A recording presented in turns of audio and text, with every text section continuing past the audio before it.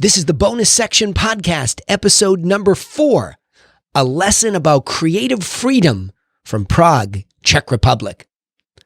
Are you the type of person that knows you were meant for something greater in this lifetime and that somewhere inside you there's definitely a bigger version of yourself just trying to break through, but in spite of all your self-development, you just can't seem to find the way up?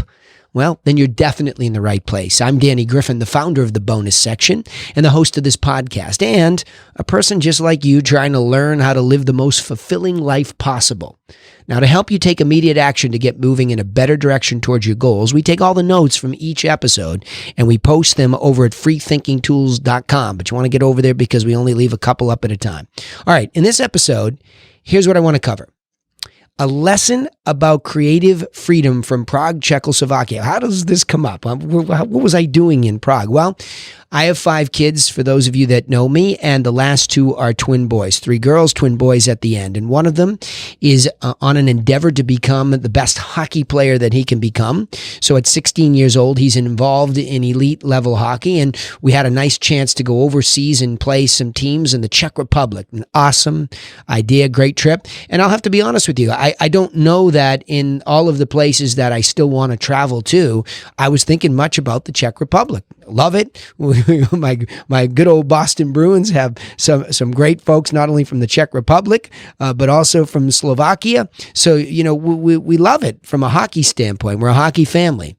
But I knew nothing about it. And I never really focused on it. As a young guy graduating from college back in the day, one of my friends was smart enough to set up a trip where we saw 16 countries in 6 weeks, and it was awesome. Since then, I've been to Ireland, I've been to Scotland with my in-laws to play golf. I've seen some beautiful places, but all of a sudden, this was the first time I was able to go back towards Eastern Europe, and I was excited. But I knew a little bit about the history of the Czech Republic. And to me, it was in one of those places where, you knew Nazi Germany had affected the place. You knew a communist regime from Russia had affected the place. All this World War past. And so I was intrigued and I was looking forward to it. And I didn't know what to expect. But I will tell you that in my biased brain, having gone back to that trip after college, I remembered the Berlin Wall. I was there. I was right outside at Checkpoint Charlie. It was still back in the late 80s and the wall was up and you could see through at Checkpoint Charlie and it was strange. My recollection of it was dark. It was gray.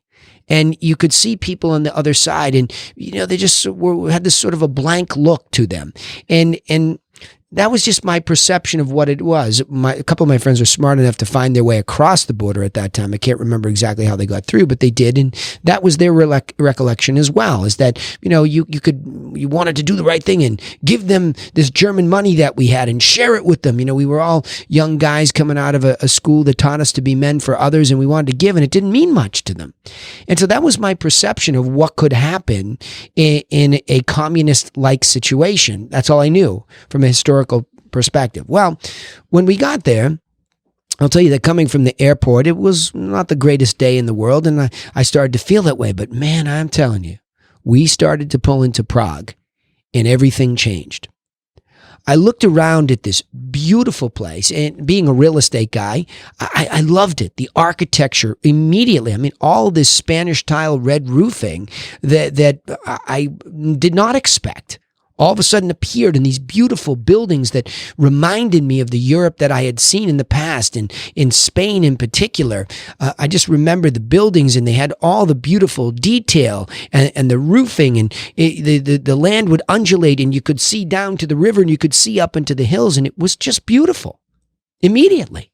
I had a different reaction to this place. And so that really piqued my interest more. Well, the next day we went on a trip, a guided trip up to what they refer to as their castle. So they had this beautiful castle that's built where the president, who is more of a figure in the Czech Republic, the way it was explained to us, that the rest of the government is really the working government is less than where we were, or in a different spot than we were. This was more for pomp and circumstance and beauty. And I'll tell you, it really was. It was neat. We walked through and there was a gorgeous cathedral, absolutely fantastic. We got the history on that, the detail on that, and that was in the middle of this castle area. And at the back end of it, you could look out over Prague, and it was just beautiful. It was beautiful, and it was just such a pleasant surprise. But as we started to meander down out of the castle, we were in what was called Old Town Prague, and we started to get some of the history, but I'm one of these nerds that loves to know more. So the guide was a character. He kept walking fast in front of us when we would go from one location to the next. So I sped up and got with him. I started to pick his brain because I wanted to know, like, how could this have been communist not too long ago and to look like this? So the history lesson went like this, that we learned that this place was part of the Austrian Empire, where there was enormous wealth at one point in time. And so this was definitely one of those trade zones where it was a very convenient place for trade. And so it was a wealthy place as part of the Austrian Empire. And then we learned that, well, then all of a sudden one day, the Nazis roll in. Nazi Germany during World War II, they roll in, the tanks roll in, and they take over. So during the war, there's this occupation by the Germans. And then as the Russians come in, the Russians now all of a sudden come in, and now it's communist for the next 30 years. And then all of a sudden that all breaks down. And you know, that dates back to when I was talking about when I was over there. Communism begins to break down in some of these spots, and now it becomes democratic, and it's been this sort of democratic republic for the last 30 years. And it didn't take much to walk down and see all the major luxury brands in Old Prague. I mean, it was alive and well. You could hear people speaking all different languages, including English, and you learned that there were a lot of kids that come over to the Prague from the United States for a year abroad, and it just, I don't know.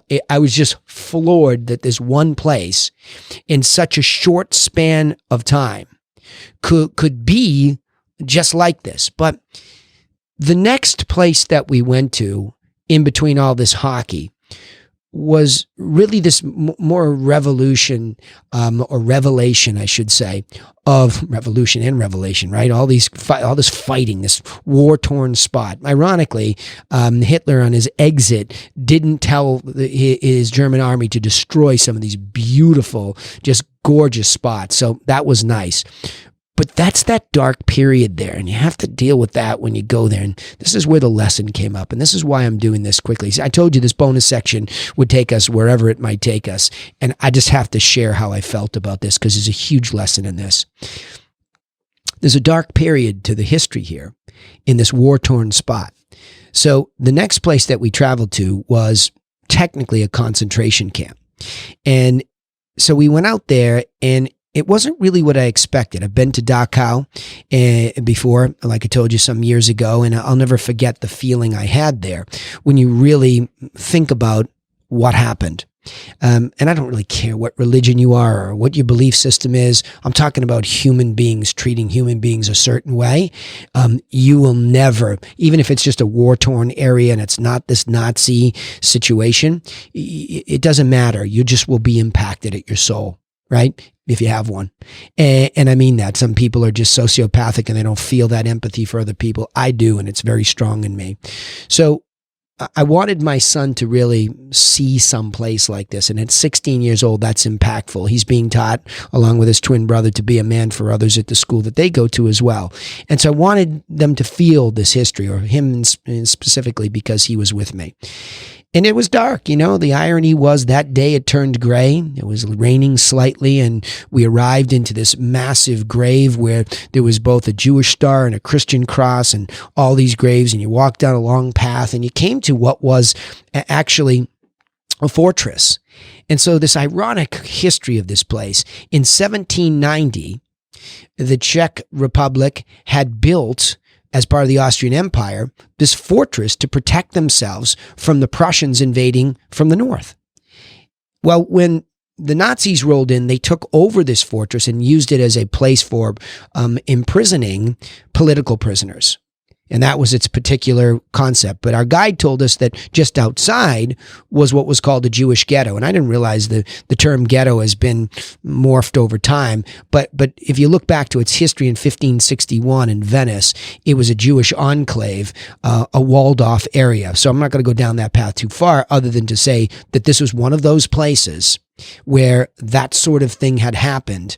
But in particular, as we walked through this fortress, there were prison cells, there were rooms, and we stood in one, and something just hit me like a freight train, differently from the first time, because this was more about, it was a way station. It was a place where people would come and they would be then transported out to these other horrific places only to meet their end. But we stood in a room, and I don't know, there was probably about 30 of us on this particular trip through Terezin, it was called. And we stood in the room, and they would say, look, people would sleep standing up in here, and they would be on top of each other. And, you got pretty claustrophobic. It was dark in there, and you go back in a moment, and all of a sudden it hits you. Oh my gosh, freedom. Like, what is the price of freedom? We sit in our lives, and we go about, well, I won't say it, complaining over and over about the littlest things because we just don't have this historical perspective. And in that moment in time, I am definitely an entrepreneur. I can't work. I'm unemployable. I have to be this free spirit. I just know that if I had grown up in the 1700s in Massachusetts, I'd have been on a horse fighting for freedom in the first round of people that were fighting for it. I know that. So I put a huge value on freedom. But what I didn't realize as a young guy out of school and getting into a business context, it was actually the creative freedom. And so here I was thinking about all of these people who are being imprisoned against their will. Their property was being taken, and their ability to be creative and do that thing that they were meant to do, just taken away. The pain that I felt standing there was powerful. And so, yes, historically, this is a terribly dark period of war, genocide, and it's not the only place in history that this has happened, but just to stand there in that moment, to live freely today, to walk the free streets of Prague last week, right before I recorded this, I just felt the weight of what it must have been like to be stripped of your creative imagination. Now, I've already talked about in this bonus section podcast the importance of imagination. Napoleon Hill talks about it, right? Maxwell Maltz talks about it. The power to be able to use our imagination to pursue all these wonderful things and these possibilities that life gives us, to have that stripped away. It's not even, for me, the taking away of your clothes, debasing you, barely feeding you, as much as it is your mind, to be stripped of your ability to use your mind. Now, I highly recommend Viktor Frankl's book, Man's Search for Meaning, because he was actually a prisoner of one of these camps during this time, and he talks about the love of embracing the struggle. And he did use his creative imagination to see himself on the other side of this conflict in a classroom teaching what he had learned, and he fulfilled that. But it's in that moment in time of how few people had the wherewithal or the mentality that Frankl would have had, and to just recognize them being stripped of this freedom, this creative freedom to be them, to do them. That's what this bonus section is all about, trying to help you get to the best version of yourself, because you know it's in there. And then to be in a place where you know that they're just being stripped of that. I just had to share this with you. You have to appreciate, if you live freely, right? If you live freely today, to appreciate the value of that time that you have to express yourself freely. And I wanted to share one last thing with you about this trip here. The ultimate irony of this whole trip as you went through it, because you don't know what you don't know, so your perspective is only what it is up to that point, what you've done, where you've been, who you've spoken with. And all of a sudden we turn a corner in this little spot. This is back to the trip around the castle in Old Prague, coming away from the dark spot of Terezin where the lesson was. But I hearkened back to the first day, and I'll see if I can't get my video editor extraordinaire Kirill to put a picture up during the video of this too, of the boys standing in front of a wall. It was one of the few times where we got the hockey team to be able to stand together, all together, and take a picture. And the crazy irony of this whole thing is that they're standing in front of a John Lennon memorial picture and wall. I'm going to tell you the story. It's just crazy. During this occupied time from the Nazis, okay, then into this communist place where all that freedom is still stripped down. And look at you get it. I'm not going to sit here and tell you whether I think communism, socialism, this thing, that thing. This is not a political debate. I'm just saying, for me, in that moment of time, to hear a story that during this communist regime, where everything is sort of gloomy, and that creative individuality is not valued, that John Lennon, all the way across the sea, would die in a moment of time, but yet his creative voice, his creative ideas, the way that John thought, and the impact that he had on the world could transcend all of that physicality of where he was at the time, and his music would arrive in this place, the same place that Kafka would write fabulous books, that Mozart practiced. All this beautiful creativity in this city would so impact the people there that they would begin to sing his songs in front of this wall until they were finally broken up and imprisoned or got in trouble for it. That just that power of somebody else's creative imagination could transcend a moment in time of creative oppression was just powerful for me. Now, you don't have to be a Beatles fan. You don't have to be a Lennon fan. You just have to sit there and think, my gosh, that voice, that creative voice that preaches freedom to think, to be, to do. Man, it's powerful, isn't it? So let me go back and chunk this lesson up, okay? A hockey trip. Hockey taking us on this spectacular journey, my son and I, to arrive at a place that has seen such a crazy history.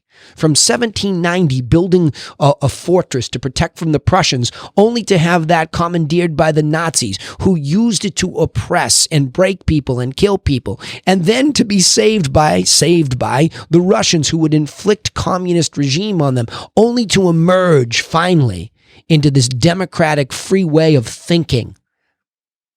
This freedom of thought and creativity, and only 30 years later, back to a blossoming city with the old and the new juxtaposed against each other. Bravo, Prague. Bravo. Let me summarize this, okay? On a chance trip to Prague, Czechoslovakia, was all able to walk back in time to a fascinating dark and light history of a city that has battled for its creative freedom to win out in the long run.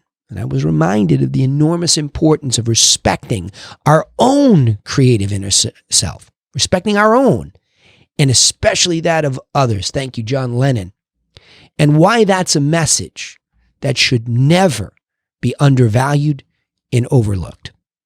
All right, remember, you can take immediate action to get moving in this better direction of expressing yourself creatively, because we take all the notes from each episode and we post them for a short period of time over at freethinkingtools.com, and we rotate them. So you can get them over there, freethinkingtools.com. Also, don't forget to subscribe to this podcast so that you don't miss out on any of these insights each time we upload an episode. I'm telling you, I'm going to let this podcast take us where it does. We'll be inspired. There will be no rules. There will be no boundaries. And that is what the bonus section of life is all about.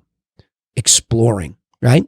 We also post all of our episodes on our social media channels. So remember, go looking for the bonus section on your favorite channel, from YouTube to Facebook, etc. And you can turn on your little notifications, and you'll know we've posted something new, so that at your convenience and your time, you can download, listen, whatever you want. We'd also appreciate if you would share our content. Please do that. We want you to share this with other people that want this same kind of help, and you can jump on our mission of trying to be people for others here and improve everybody's life by just getting up underneath them and helping them express themselves, all right? Hey, thanks for listening. Remember, though, nobody's coming for you. So go get to work on yourself and your own dreams. See you in the next episode.